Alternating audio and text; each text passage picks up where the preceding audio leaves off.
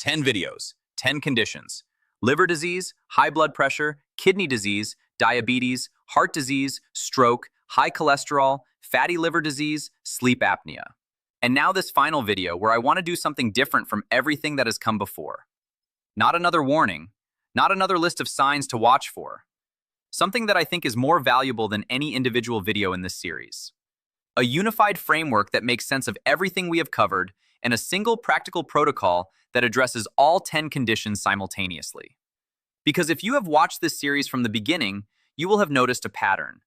The same risk factors kept appearing: visceral fat, insulin resistance, ultra-processed food, physical inactivity, poor sleep, chronic stress, smoking, excessive alcohol, high blood pressure left untreated. These 8 factors do not each cause one condition. They each contribute to all 10. Every condition in this series has the same upstream drivers, which means, and this is the insight I most want you to take from this video, the actions that protect you from one of these conditions are largely the same actions that protect you from all of them. The reason most people do not act on health information is not a lack of knowledge. Most people watching this series know they should exercise more, eat less ultra-processed food, sleep better, and manage their stress. The problem is complexity. They feel overwhelmed by the sheer number of things they are supposed to do. Every video they watch, every article they read, every recommendation from a doctor adds another item to an already unmanageable list. And when the list is too long, people do nothing. They default to their existing habits, tell themselves they will start next week, and the conditions in this series continue to build in the background. What I want to give you in this video is simplicity, not a simplified version of the truth. I have given you the full clinical picture across 9 videos, and I am not going to dilute it now. But a framework that organizes everything we have covered into a manageable, prioritized, evidence-based protocol. A protocol that starts with the highest impact actions, that builds progressively, that fits into a real life, and that, consistently applied, reduces your risk across all 10 conditions simultaneously. This is the video I have been building toward for the entire series. Let us put it all together. Before I give you the protocol, I want to do something I have not done in any previous video. I want to show you the connections between all 10 conditions explicitly in one place so that the unified nature of the problem becomes undeniable. Condition primary, shared root key, missed sign, single best action. Liver disease, ultra-processed food/alcohol, fatigue plus itchy skin, eliminate UPF plus alcohol. High blood pressure, sodium plus visceral fat plus stress, morning headaches plus tinnitus. Reduce sodium to 2,000 milligrams per day. 3. Kidney disease, diabetes plus hypertension plus NSAIDs, foamy urine plus ankle swelling, annual EGFR plus urine. ACR, 4. Type 2 diabetes, insulin resistance plus visceral fat, post-meal fatigue plus dark neck skin, HbA1c test plus walk after meals. 5. Heart disease, atherosclerosis plus LDL plus BP, exertional chest tightness, quit smoking plus control LDL. 6. Stroke, hypertension plus AF plus atherosclerosis, TIA, symptoms that resolve. Control BP below 130/80. 7. High cholesterol, UPF plus saturated fat plus inactivity. No symptoms, standard test inadequate. Ask for ApoB plus LP(a). 8. Fatty liver, fructose plus insulin resistance, fatigue plus elevated ALT/AST. Eliminate sugary drinks plus lose 7%. 9. Sleep apnea, obesity plus anatomy plus alcohol, waking unrefreshed plus nocturia, stop bang plus home sleep test. 10. All of the above. Metabolic syndrome plus lifestyle, accumulating subclinically. The master protocol below. Look at the primary shared root column: ultra-processed food, visceral fat, insulin resistance, hypertension, atherosclerosis, fructose, obesity. These are not 10 different problems. They are the same problem expressed through 10 different organ systems. The biological mechanism connecting them all is metabolic syndrome, the combination of visceral adiposity, insulin resistance, chronic low-grade inflammation, endothelial dysfunction, and dyslipidemia that develops over years of the modern Western lifestyle and systematically damages every organ in the body. This matters clinically because it means that the return on investment from addressing the shared root causes is multiplicative, not additive. Losing 8% of body weight does not just reduce your risk of one condition. It reduces your blood pressure, improves insulin sensitivity, reduces hepatic fat, reduces OSA severity, reduces LDL particle number, and reduces systemic inflammation, simultaneously addressing risk factors for every condition in this series. This is the most important clinical insight in preventive medicine, and it is the foundation of the protocol I am about to give you. Root cause 1. Chronic caloric excess combined with ultra-processed food. Ultra-processed food drives visceral fat accumulation, insulin resistance, hepatic fat deposition, dyslipidemia, and systemic inflammation simultaneously. It is the single most important upstream driver of the conditions in this series. Reducing ultra-processed food to below 20% of total calorie intake and replacing it with whole food sources is the highest impact dietary action available. Not because of any specific nutrient, because of the combined effect on the metabolic environment. Root cause 2, physical inactivity. Skeletal muscle is the largest metabolic organ in the body. When it is chronically underused, glucose disposal falls, insulin sensitivity declines, visceral fat accumulates, resting blood pressure rises, and the metabolic environment that drives all 10 conditions in this series progressively worsens. Exercise is not an optional lifestyle enhancement. It is a metabolic necessity, the closest thing to a drug that prevents all 10 conditions simultaneously. Root cause 3, poor sleep. As I covered in video 9, sleep deprivation and untreated sleep apnea drive insulin resistance, hypertension, obesity, cardiovascular disease, fatty liver disease, cognitive decline, and depression through mechanisms that are physiologically direct and well established. Treating sleep as a health priority, not as something that gets whatever time is left after everything else, is one of the most undervalued interventions in preventive medicine. Root cause 4, chronic unmanaged stress. Cortisol is the common pathway through which chronic psychological stress drives cardiovascular risk, metabolic dysfunction, immune suppression, and sleep disruption. The effects of chronic cortisol elevation on visceral fat accumulation, blood pressure, blood glucose, and endothelial function are physiologically direct. Stress management is not a lifestyle luxury. It is a clinical intervention with measurable biological effects. Root cause 5, smoking and excess alcohol. These two substances between them drive liver disease, high blood pressure, heart disease, stroke, kidney disease, fatty liver disease, and sleep apnea, often simultaneously. They are the most powerful single-substance modifiable risk factors in medicine. Eliminating both is the highest priority action for anyone who currently uses them. No protocol built on the other 4 root causes will be maximally effective while these 2 remain in place. Here is the unified protocol. It is built on 5 pillars, each addressing one of the root causes I just described. Within each pillar, I have ranked the actions by evidence strength and practical impact. You do not need to implement everything at once. The protocol is designed to be built progressively. Start with pillar 1, stabilize it, then add pillar 2. The compounding effect of consistent implementation across all 5 pillars is where the transformative results come from. Action 1.1. Eliminate sugary drinks and fruit juice completely. This is the single most hepatoprotective, metabolically beneficial dietary change available.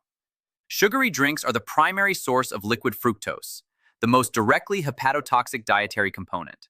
Replace with water, sparkling water, or unsweetened tea or coffee. Do this first. It is the lowest friction, highest impact action in this entire protocol. Action 1.2. Reduce ultra-processed food to under 20% of total calorie intake. Cook from whole ingredients at least 80% of the time. The mechanism is not specific nutrient avoidance. It is the restoration of a food environment in which the body's metabolic regulation works as it was designed to. Action 1.3. Eat at least 10 grams of soluble fiber per day. Oats at breakfast, legumes at lunch or dinner, a piece of fruit whole, not juiced. This reduces LDL through bile acid binding, feeds the gut microbiome, and slows glucose absorption. Action 1.4. Eat a palm-sized portion of protein at every main meal. Protein preserves muscle mass during calorie deficit, increases satiety, reduces post-meal glucose spikes, and supports the metabolic rate that visceral fat reduction depends on. Action 1.5. Follow Mediterranean dietary principles. Olive oil as primary fat. Abundant vegetables. Weekly oily fish. Regular legumes and whole grains. Minimal red meat and processed meat. This pattern has more cardiovascular and metabolic evidence behind it than any other dietary approach. Action 2.1. Walk for 10 minutes after every main meal. This is the highest yield single exercise intervention for blood glucose control, reducing post-meal glucose spikes by up to 58% more than a single 30-minute walk at another time of day. It requires no equipment, no gym, and no scheduling. Start here. Action 2.2. Achieve 150 minutes of moderate aerobic exercise per week. Brisk walking, cycling, swimming, anything that elevates heart rate to moderate intensity. This reduces blood pressure, raises HDL, lowers triglycerides, improves insulin sensitivity, reduces cardiovascular mortality by 30 to 35%, and reduces stroke risk by 25 to 30%. Action 2.3. Add 2 resistance training sessions per week. Target all major muscle groups. Resistance training specifically reduces visceral fat, improves insulin sensitivity, reduces small dense LDL particle number, reduces hepatic fat independently of weight loss, and preserves the muscle mass that drives metabolic rate. It is the most underused intervention in metabolic medicine. Action 2.4. Reduce total sitting time by breaking sedentary periods every 60 to 90 minutes. Standing, walking briefly, or performing simple movements during desk work reduces postprandial blood glucose and insulin independently of structured exercise. Action 3.1. Complete the Stop Bang questionnaire tonight. Score 3 or above means you need a home sleep study. Undiagnosed sleep apnea is a direct driver of hypertension, insulin resistance, cardiac arrhythmia, fatty liver progression, and cognitive decline. It cannot be addressed with lifestyle changes alone. It requires diagnosis and specific treatment. This is the most important single action in this pillar. Action 3.2. Protect 7 to 8 hours of sleep opportunity every night. Not 7 to 8 hours in bed scrolling, 7 to 8 hours of actual sleep. This requires a consistent bedtime and wake time, a dark and cool sleep environment, and the elimination of screens for at least 30 minutes before bed. Action 3.3. Eliminate alcohol in the 3 hours before sleep. Alcohol fragments sleep architecture even when it feels like it helps you fall asleep. It suppresses REM sleep, worsens sleep apnea, and prevents the deep, slow-wave sleep required for physical and metabolic restoration. Action 3.4. Expose yourself to natural light within 30 minutes of waking. Morning light anchors the circadian rhythm that governs sleep quality, cortisol timing, glucose metabolism, and appetite regulation simultaneously. Action 4.1. Practice 10 minutes of slow breathing daily. 6 breaths per minute, 5 seconds in and 5 seconds out. Device-guided slow breathing at this pace reduces systolic blood pressure by 3 to 5 millimeters of mercury with consistent practice. It directly activates the parasympathetic nervous system and reduces cortisol. This is the minimum viable stress management intervention. 10 minutes, no equipment, measurable results. Action 4.2.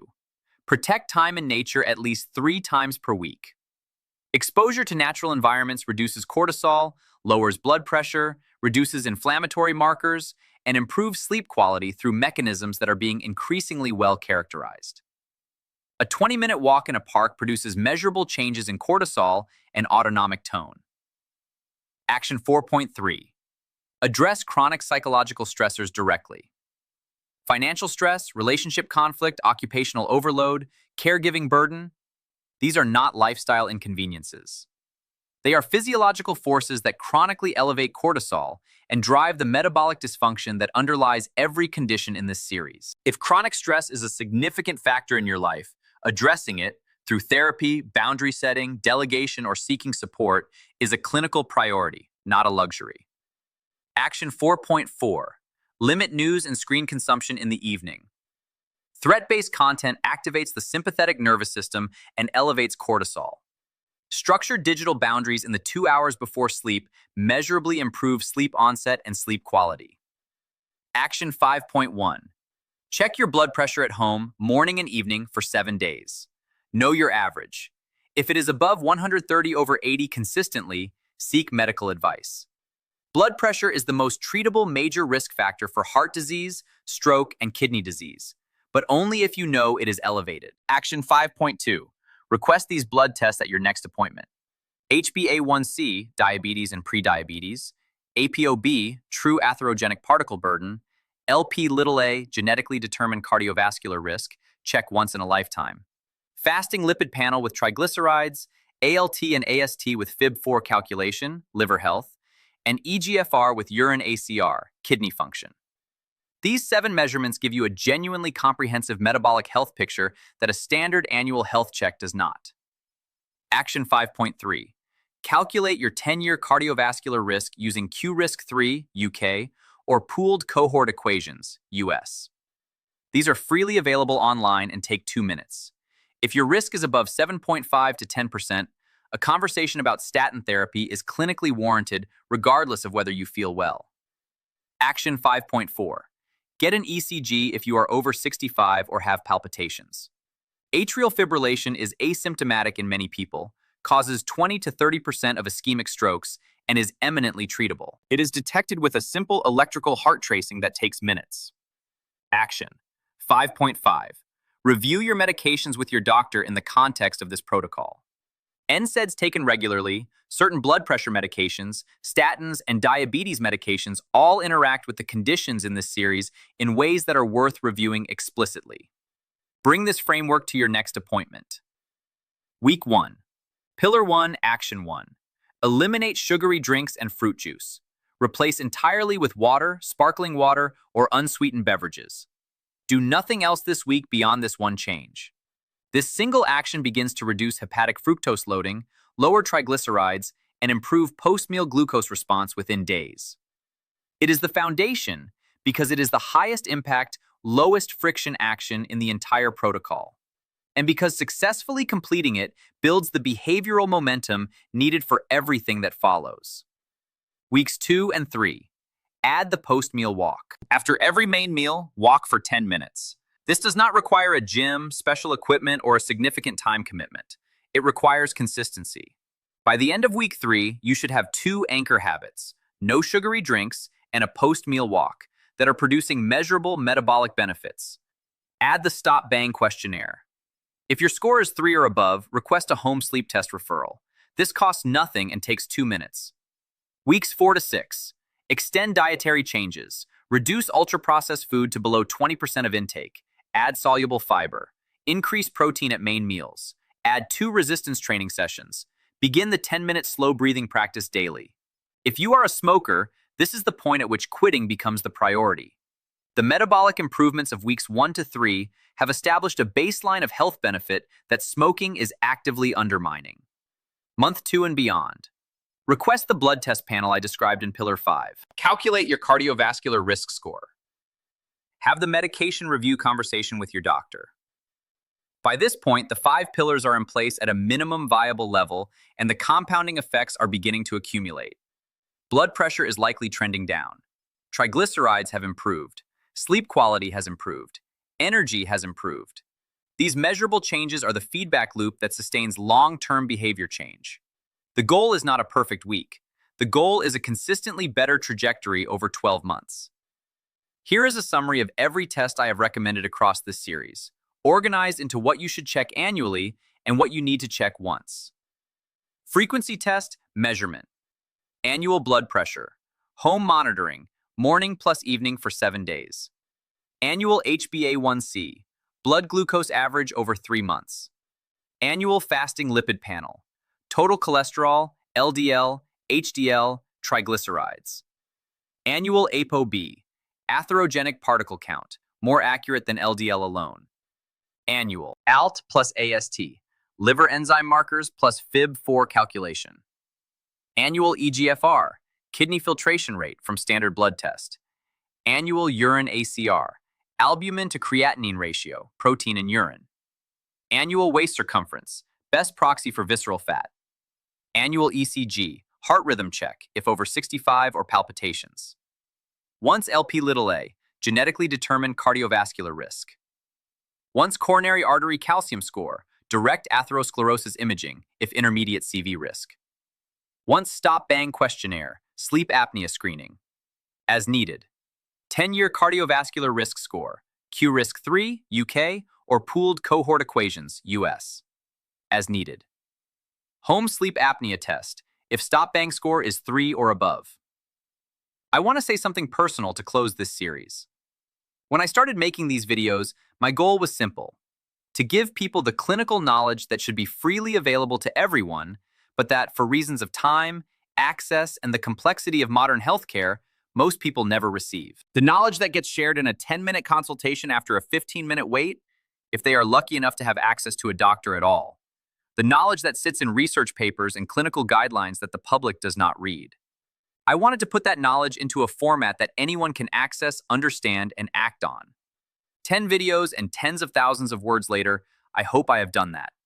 I hope that somewhere in this series there is a video that makes you take a blood pressure reading you would otherwise have ignored. A video that makes you ask for an ApoB test at your next appointment. A video that makes you Google "stop bang" after you finish watching. A video that makes you share it with a parent whose cholesterol has been high for years, or a partner who snores every night and wakes unrefreshed every morning. Those individual moments, the ones where information becomes action, are the entire point of this series. Thank you for watching. Thank you for sharing these videos with people who needed them. Thank you for the comments, questions, and engagement that told me what to cover and how to explain it. If this series has been useful to you, the most valuable thing you can do is share the playlist with one person who you think needs it. Not for the channel, for them.